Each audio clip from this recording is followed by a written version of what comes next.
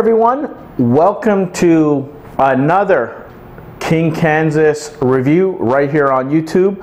I'm your host, the one and only King Kansas. Yes, I still survive, especially after what the hell I watched. What am I referring to? Well guys, the King had the chance to watch in its entirety all 8 episodes of Netflix's new, I guess, series that dropped just last week. I want to say December 20th. It's called The Witcher. It stars Henry Cavill. It's loosely based on the novel from a Polish writer by the name of, let me see if I can get his name right because I always butchered it, guys. I'm not Mr. Language Dude. Andrzej Sapkowski, and maybe some elements from the popular video game that people have been playing and I've heard all over.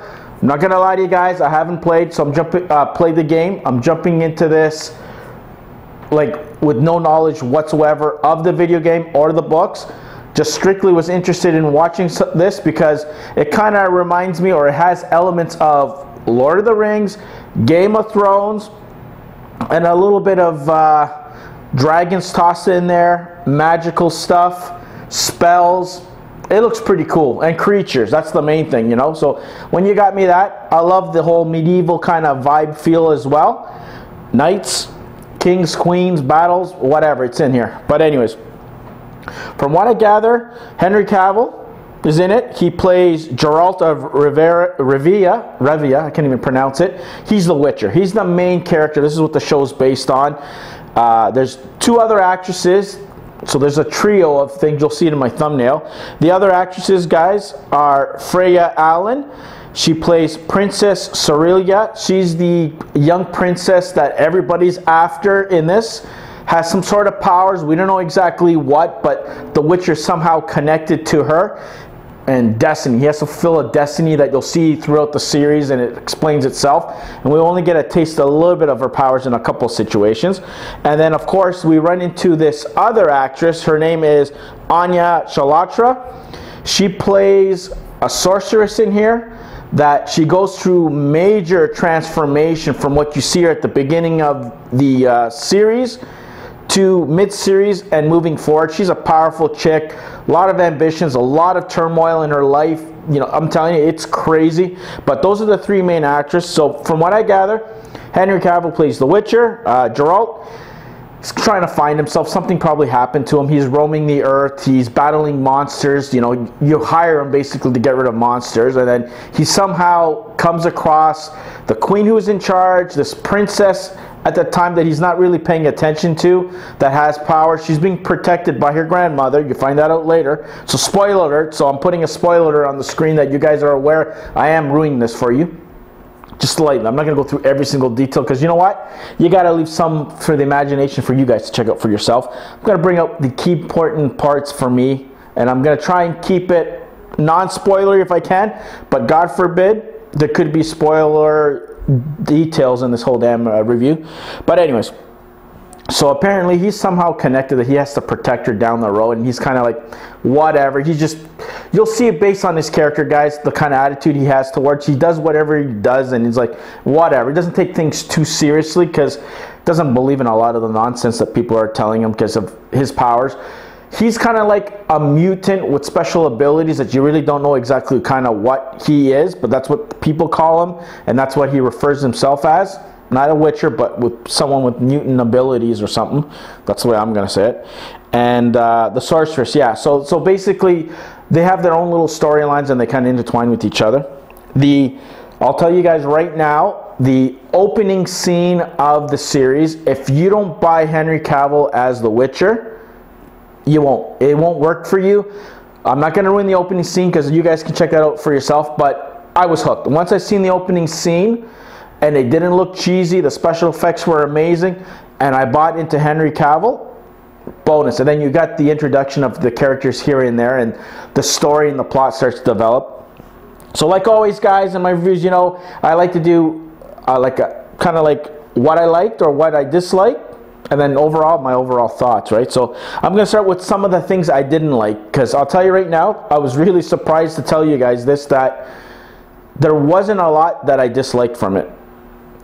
Personally, like I told you guys, if you guys like a little bit of Game of Thrones, Lord of the Rings, and all that kind of, you know, like elves and dragons and all that mythology wrapped into one, you're going to like this.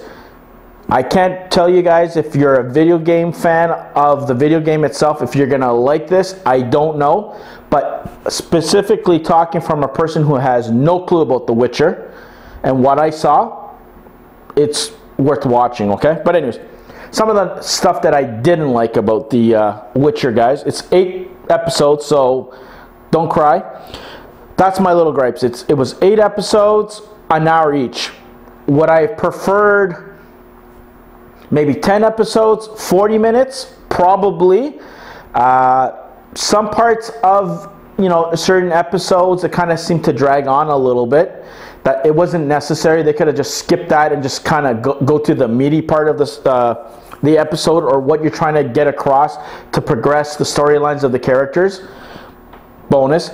The other thing I didn't like, guys, is considering it's called The Witcher, there's not enough Henry Cavill on screen. Like, or there is, but sometimes some particular episodes focus more on the other characters rather than him. But I understood in the overall picture as I was watching through the series, like heading up to the last finale or the last episode, I understood why. Because they're trying to get character development so you can feel for every single character. So when they eventually, one of these days, meet somehow or interact with each other, you're going to feel the impact more.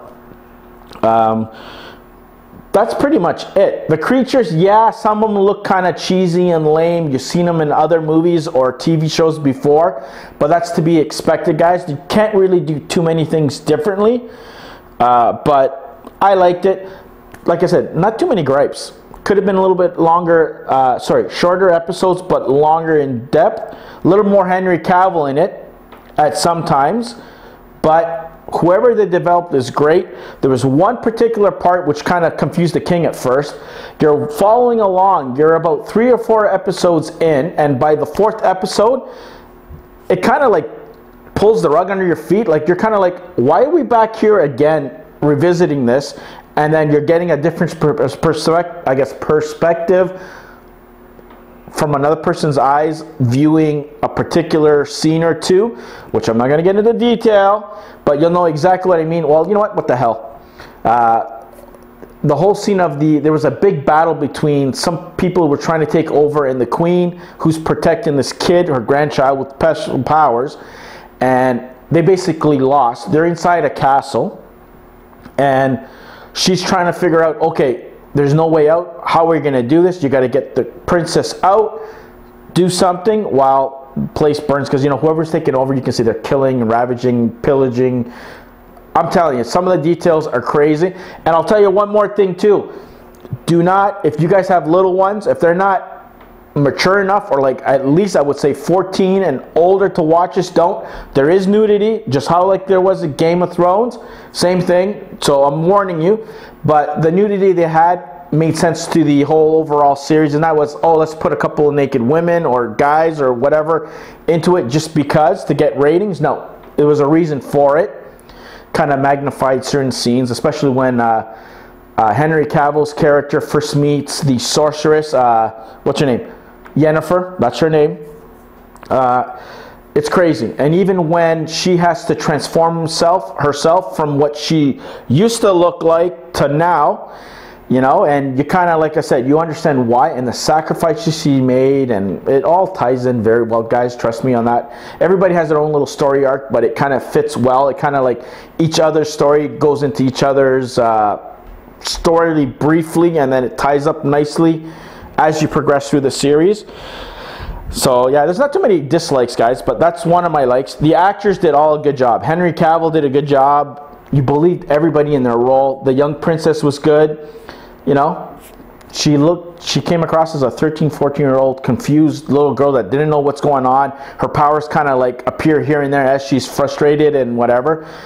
You see it like at the beginning a little bit, an idea what she might possess, and then there's one scene later on, I think in the 5th or maybe even 6th or 7th episode of the series, that she unleashes some of her powers and she causes damage. There's a lot of misleads, but in a good way. There's dragons. I didn't think they can introduce dragons. The thing with making it a rip-off of Game of Thrones or something, but they managed to do so. But Henry Cavill was well, believable, not too overpowered. Loved his attitude. You bought him as the main lead, Geralt. I can't even pronounce it. Don't know completely what his backstory is, but you're kind of figuring things out why he's kind of closed himself off. He meets this guy who's annoying as hell, who sings every little movement or motion or whatever. It's kind of documenting his thing. So it kind of felt like if you guys ever watched Hercules with Kevin Sorbo or Jocks or whatever, you had that little guy who went around, he was singing and recording. It was just, reminded me of that. Let's just say that. My memory's not 100% sure, but it's one of those characters that follows along and he writes his story and blah. It's kind of cool, and then he kind of builds a friendship with him. He doesn't want to be friends with him, and he saves his life in one episode. Pretty cool. The sorceress is wicked, like their powers and what they can do. It's nuts. And everyone has a different power. Like I said, it just vibes very well. Another thing I liked, guys, about it is the special effects. They were pretty good considering it was for TV. I was really surprised. Don't get me wrong, there was some, you know, I'm not going to say they're great. They're good for TV, but not up to the same level as the movie. You won't see this kind of like special effects and the way it looked there. The scenery is beautiful, guys. The way they shot it, every scene looked gorgeous. It's not just doom and gloom dark scenes. There's nice bright mountainside, hillside scenes. You know, it looked good. Like, it really did. Special effects, great. And good at sometimes, but not great at the whole time. What else is there? The actors, like I said, they sold the series. The storyline was great too, guys. You kind of understood from day one what they were after and where it ends up.